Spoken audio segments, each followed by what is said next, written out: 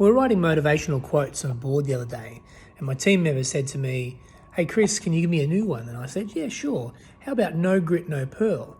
And she looked at me and said, "I've never really heard of that before." And I said, "Well, basically it's all about motivation, right? You got to do the hard stuff to get the rewards." Now, I thought I knew what the story was, but my other colleague said to me, "Do you know the story behind No Grit, No Pearl? How an oyster makes a pearl?" And to be honest, I didn't.